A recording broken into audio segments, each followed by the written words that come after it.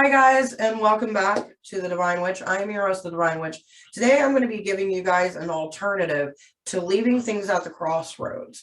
Now, I'm going to speak from my personal experience of working with Hekate, as you all know, or maybe you don't. She is a crossroads goddess. So I'm going to go over what does the crossroads mean, and also some alternatives when you can't get to that crossroads.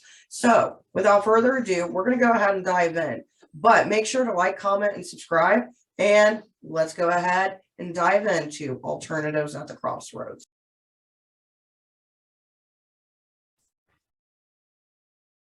Hi guys, and welcome back. So one of the things that you guys seen in the intro is that I'm going to be talking about the crossroads. What do they mean? Different alternatives for when you can't get to a crossroads. Because a lot of times, depending on geographic, depending on financial, travel, sometimes we can't get to the crossroads, but yeah, we need to work that crossroads magic. So in this video, I'm going to give you my personal experience, what I do when I can't get to the crossroads. Now, you can adopt this and use it and see it as a teachable moment if you don't work with Hekate. There's a lot of different deities and spirits that you can work with at the crossroads, because it is kind of a medium between this world and the next, and I'll go into that. But first, what does the crossroads mean? For many people, it has a broad spectrum when you talk about the crossroads. Now, if you're talking to someone who doesn't deal with magic or witchcraft, and you say the word crossroads, it comes to an image in their mind where they're standing at a three-way or a four-way intersection, but yet they don't know where they're going. They don't know which direction they should take. They're at a point in their life where nothing's moving forward, nothing's moving back, but yet they're trying to figure it all out. And that is one of the meanings that people take when it comes to the crossroads with Hekate, or any deity that deals with that moment. Because when we are at a crossroads, whether it is spiritual, physical, mental, emotional, whatever it may be, those are moments where we're lost and found, and in the past and the present and the future, because it's all happening at the same time. And depending upon the actions that we take or the steps that we make, depends what road we're going to walk down in that crossroads. And that'll lead us to the next chapter in our lives. Now, when we talk about crossroads, you know, you're going to have a lot of different interpretations. And some may not agree with the interpretations that I have of the crossroads, or the associations that I associate with Hekate and what the crossroads means to me. That's why when it comes to magic, when it comes to your craft, when it comes to working with spirits or gods or goddesses, that's why it's individualized, because my experience may not be the same as your experience. So keep that in mind as you're watching this video. So when my interpretation and the interpretations I've heard over the years, which I'll give you a few examples, that the crossroads is a place of the in-between, where there's not devastation, but there's not happiness, where there's an in-between between our world and the next world, because it's that in-between state of reality where nothing has been decided, but yet the possibilities are open. Kind of almost like the cat with Schrodinger. Fuck, I can't remember his name. Excuse me. But you know what I'm talking about. The whole cat theory of, like, if the cat's in the box, is it alive or is it dead? Both can still happen at the same time. So that's kind of how I like to see the crossroads. Anything is possible within the mind and within the physical, and within that space, it opens us up to the possibility. It opens us up to different roads and avenues that we may not have thought about. Another thing that I've heard over the years when it comes to the crossroads is a crossroads is an end of a chapter to begin a new one. But to get that, we must leave something behind and not look back to the past, because if we look back to the past within that crossroads, then we're not going to be able to take the new path in front of us.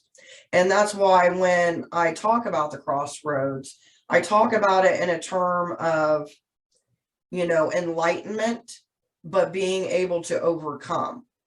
And, you know, when it comes with Hekate, you'll hear this over and over and over again of you do your work, you leave your offering, whatever it may be at that time that you can either afford or that you've made for her, and you don't look back.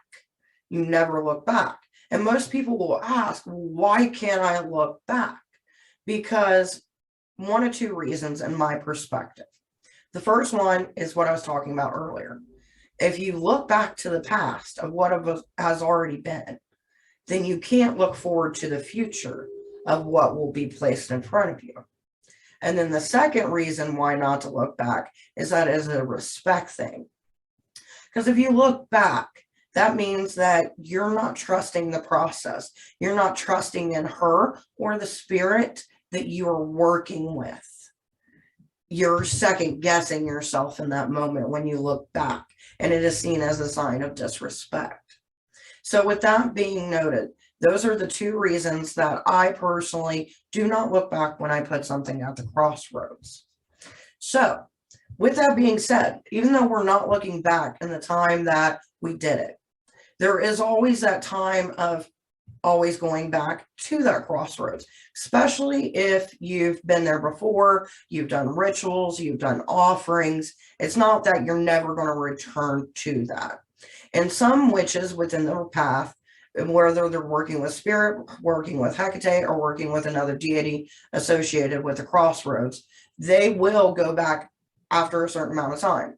Now, normally, in my philosophy and the things that I follow, when it comes with Hekate, the number 3 is always important. So when we're talking about crossroads with Hekate, it's always 3. Now, there's been association with Hekate, with the mother of the maiden and the crone, whether or not that's her, or whether it's the transition of our lives, all coming into a center point. I'm not going to get into that here.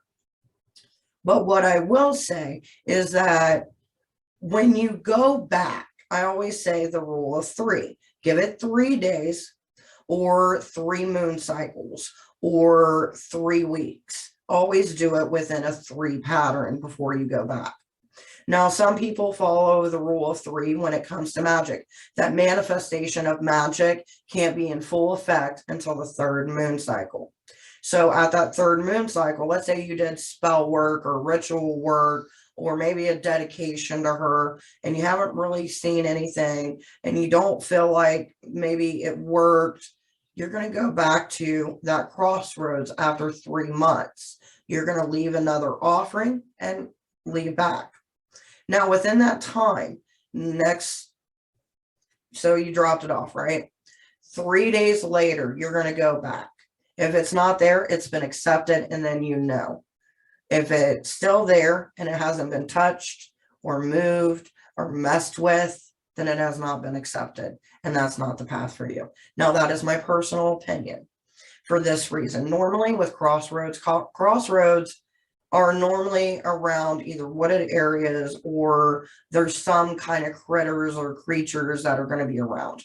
And, we associate animals because of strength, because of the things that when you think of a certain animal, they embody your god, goddess, spirit, or whatever embodies that energy that animal gives, right?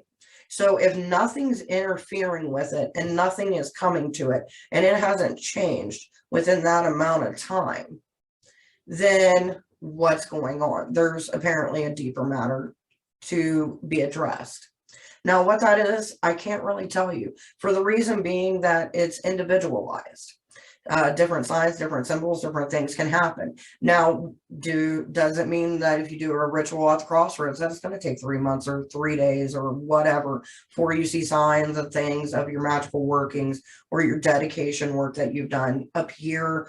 Sometimes it can be instant. Sometimes, you're walking away and you're going, back to where your dwelling is, where you come from, pretty much, and things will start popping off and you're like, oh, it's been accepted, it's doing good. But that's not always the thing that happens realistically. Sometimes it does, and when it does, that's amazing, and it makes you feel good, and you're like, you get that wave of connection. But sometimes it doesn't happen that quick. And that's one of the things that I've noticed, like when it comes to leaving offerings at a crossroads, and we're talking about it like in a linear time frame, people get discouraged. because, you know, we live in the society of things need to be this quick. It needs to come. If it doesn't come within this time, then you've been denied. That's not how it always goes. See, we are wanting instant gratification. The gods, the spirits, whoever it is that you're working with, they work on their own time. And their time is different than our time, if that makes sense. If it doesn't, I'll do a video on time and like how it all works, not just from an astrological perspective, but in the concept of what time really is in itself. Because everything has this biological time. But, you know, as far as like putting Monday through Friday, you know what I mean? Does the squirrel know it's a Tuesday? I highly doubt it. So that's like a human concept of time.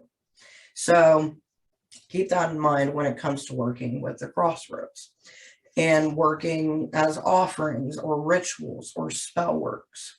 Now, a lot of us live in the city. Some of us can't get away. So what do we do when we can't get to a crossroads and yet we want to do that crossroads dedication? Now, there's a few ways that I'm going to tell you guys how you can do this. Excuse me, got the hiccups. So before me that you guys can't see at this moment in time, I have something set up that you can do similar within your home. And it will be a symbolization of the crossroads for you to work at. Now, with this being said, when you do work like you would at a crossroads, you don't want to have to go back into the room that you did your work in. Now, not all of us have, you know, multiple rooms and stuff like that. So what I suggest is if you only have a certain amount of space, right? Or if you only have a bedroom, use your closet. You can use a space that you can close off, or you can put your workings that I'm about to show you that you can do.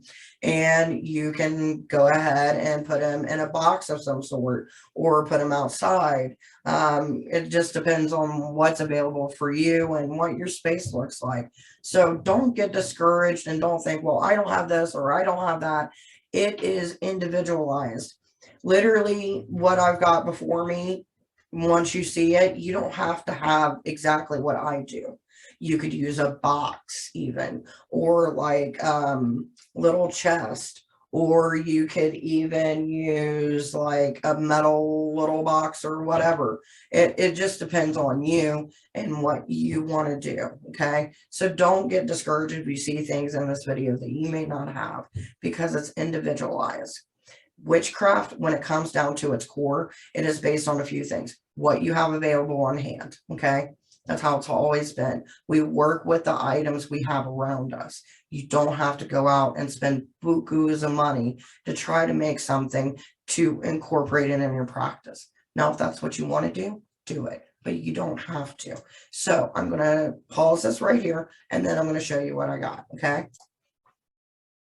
Okay, you're going to see my mouse here, but just ignore that. So the first thing I want to show you is I got my cauldron. Now I can burn things in this. I can leave offerings in this. I love my little cauldron. It cost me about 40 bucks many, many years ago. If you guys look at it, you can tell it is very well worn. I do got the one that has the triple moon symbol, just for the reason being it represents my goddess, in my opinion. And, you know, it's the phases of life, the beginning, the middle, and the end. So with that being said, I've got my cauldron. Now, like I said, if you use a box or something, don't put anything flammable in it, because you're going to hurt yourself. You're going to burn down your place. It's going to be a whole thing. And that's hard to explain to the firemen when you're trying to do magical work. Okay, we don't want that. Okay, so make sure if you're going to burn anything, make sure it is something that can handle fire. Always make sure, you know, to not go too high. Don't overfill your cauldron with things, so that way, you know, fire doesn't go everywhere. Make sure it's in an area where, you know, it's not gonna, little embers ain't gonna go everywhere and things like that. Fire safety is key. So with that being said, I've also got 3 different candle holders. Now, there's no reason or rhyme to these. These are just ones that I thought one would be aesthetically pleasing. I've got a moon, I've got a star, and I've got a sun right here. These are ones that were gifted to me. I like using them, so forth, so on. So you don't have to have this style. You can have whatever style you want. You can even get jar candles if you want. It's just up to you. The reason I have these is because for me, this is the symbolism of the 3 crossroads, okay? But at each crossroads, there is light. So normally I'd have candles here, and that would represent the torches of the path that I plan to walk. Or it could be a representation of the past, the present, and the future. It just depends on what you're doing and the magical working you're doing. So the cauldron in the middle is where I would leave my offerings. So my offerings, whether it be wine, whether it be food, whether it be a craft that I made, or a petition I burned, and putting the ashes inside at the crossroads. So this is one of the easiest setups. You can make it a ritual in itself and set it up to where you dedicate one space to be a crossroad working space. It won't be touched unless you're doing crossroad magic or you're doing a dedication. You can do this for Hekate on special rites or nights. It just depends on you and your personal practice. Now, with that being said, how do you do something like this? So let's say you go through a ritual, you set it all up and concentrate this as a crossroads. Now, one of the things you can do, if you ever get a chance to go to the crossroads, and this is a great idea, I think, in theory, is that you can take dirt from that crossroads and then you line that dirt into a beautiful little triangle, okay? Now, the reason why I got the triangle set up like this is for 2 reasons. The pointing of outward is me pushing my energy outward, okay? And then where it meets here is the energy that is tethering from me to here, and then it forms around, and that's how I see it personally. So like I was saying, you can take crossroads dirt, you can line it through here. If you don't want to do that because you know you're going to be moving it around and everything else, you could also put a little bit of crossroad dirt in each of your candle holders before you decide to put a candle in there. So what you would do is you put a little bit of crossroad dirt on each of these. Then you would take a candle that you're not using for spell work and drip the wax inside of it, place your candle on top of it, and it'll keep it in there. You could also go ahead and just place your candle inside like you normally would. And if you have ones that have lips like this, you can put the crossroad dirt around it. And that way it's surrounded by the crossroads, you know, in that, you know, space. Now, if you are at a crossroads, this is what I would suggest when you're collecting dirt. Each path that you collect dirt from, so like if you're here, this is your starting point, right? So this would be towards you pushing forward. Then you're going to take the dirt from that and you're going to label it. Like you can label it me. Okay. So you'll know me is the space in front of me. Okay. That I'm working with. And you can label one left or one right, or you can label one receiving hand, giving hand. It just depends on you and what you want to do. So this way you are aligning that dirt that you've collected with your actual crossroads. So take that as is. Now, another thing that you can do, and I'm going to go ahead and move my cauldron because as you can tell, I scratched my table with it. Another thing you can do is if you just got candle holders, okay? You don't got no cauldron or anything like that, but you may have a small plate, like an offering plate, to my little hubby over here who's going to randomly go grab me a plate. And eventually there's going to be an offering plate right here. I don't know how many times I got to say offering plate, but I'm hoping it magically appears. So we're just going to hope it happens. Dun, dun, dun, dun, dun, dun, dun. Get that magical energy. Hopefully he moves a little quicker because I didn't think about this till I started the video. Ah, look at that. Magical working. Okay, by the way, this is not fire safe. So if you're using a plate, make sure that it's fire safe. Now, most will get like a metal plate or like a serving tray, something like that, that can handle fire if you're burning anything. If you're not burning anything, this is perfect for like a dinner, a cake, whatever. And then once it's done and you have your crossroads, leave it there for the night, okay? And then the next morning, you're going to take you know, whatever it is, the food wise, and you're going to take it out. You can either take it out to a park and place it in a wooded area. You can put it in the ground around your home, if you have that opportunity. But, you know, if you live in an apartment or big city, it may not be doable. Leave it on a windowsill, something will pick it up, so forth. So these are kind of like my go-tos. Now, another thing that you can do, which is real simple, which, give me a second, I got to get the tools to do it without showing anything. So I'm going to go ahead and move this.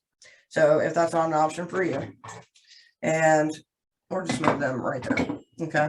And then I'm going to move these like strategically.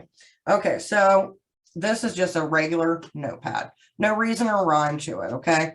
Let's say you don't have anything physical or tangible, but you want to charge something at a Crossroads, right?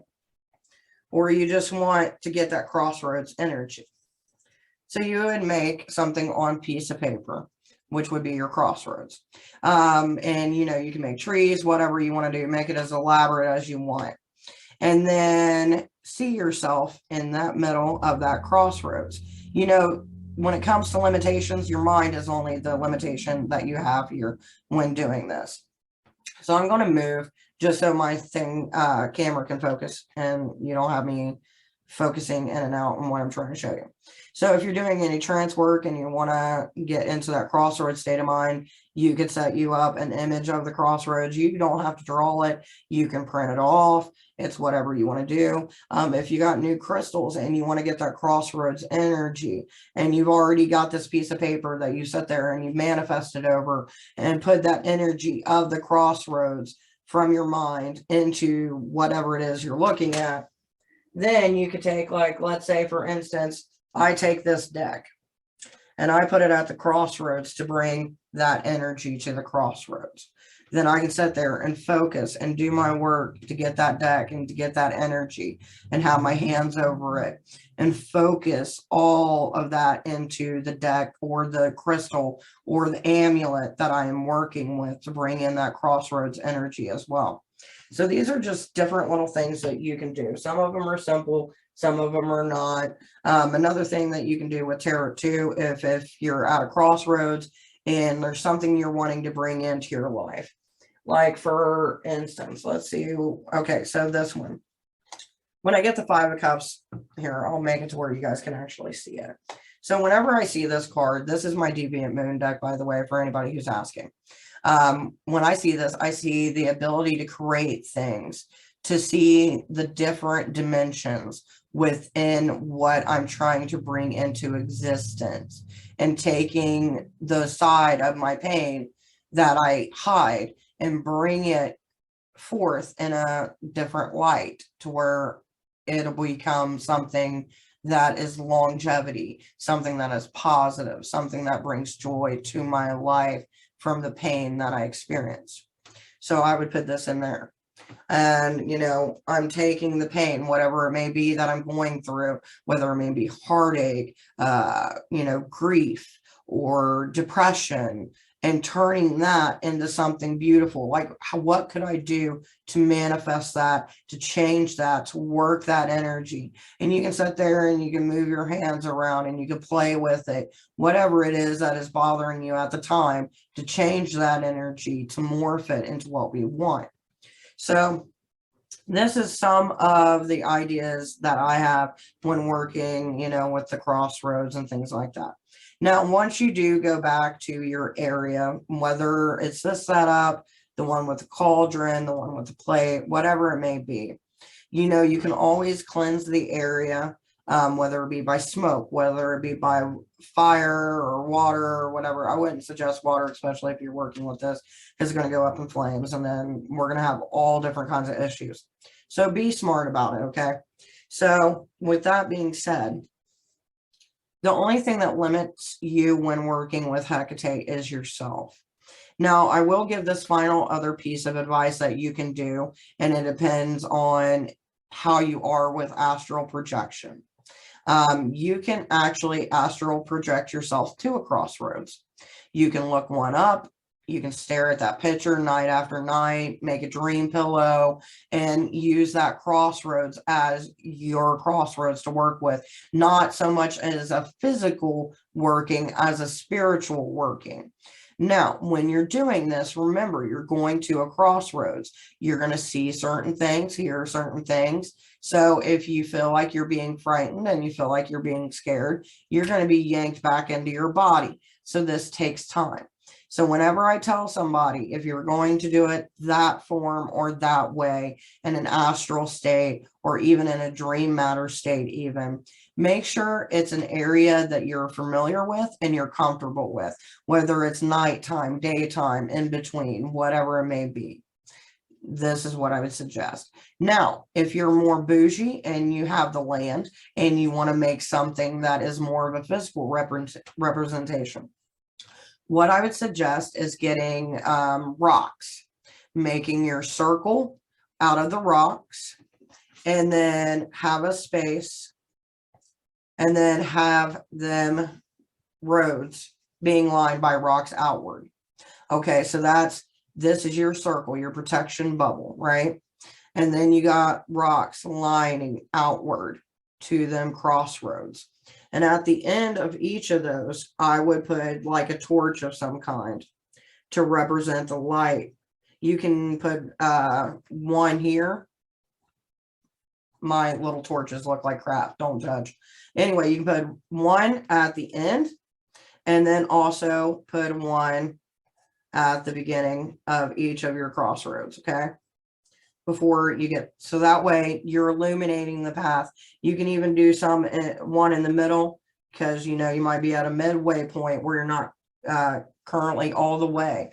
You can use this as the cycle of Hekate, to where you're walking the stages of walking the path of the past, so that way you can get past trauma, walking in the path of the present to acknowledge your emotions in the moment, walking your path into the future, the things that you wish to achieve, how do you see them, and all these things can be done. So keep that in mind, when it comes to the crossroads. I'm hoping this video helps you guys in giving a little bit more of a perspective that may not be thought about, or you want to work at the crossroads but you don't have it at hand, or maybe you do have some big land and you really just don't like going out and traveling. You'd rather be in your own safe haven so you can create something like this. Whatever it may be, always remember, when you're working with Hekate, as long as you're showing love and you're showing compassion and you're showing respect to her, and you're open to any changes that she is willing to bring in your life. Remember, not all changes will be easy. Sometimes they hurt. Sometimes they're not as great as we want them to be, but they are lessons to learn, so that way we can open up the new path. So without further ado, I want to say thank you guys for joining me today. Hopefully this helped you. Let me know down below if you like this, if you want more ideas like this to help you, whether you're working with Hekate, spirits, or other gods or deities that are associated with crossroads. And maybe you guys have some tips and tricks when you can't get to the crossroads. What are some of the things that you personally do within your practice that has helped you have that connection when you can't be that connected? You know what I mean? So let's help each other out. Let's be the community that we are, and let's grow. With that being said, without further ado, blessed be, and always remember, no two witches witch alike.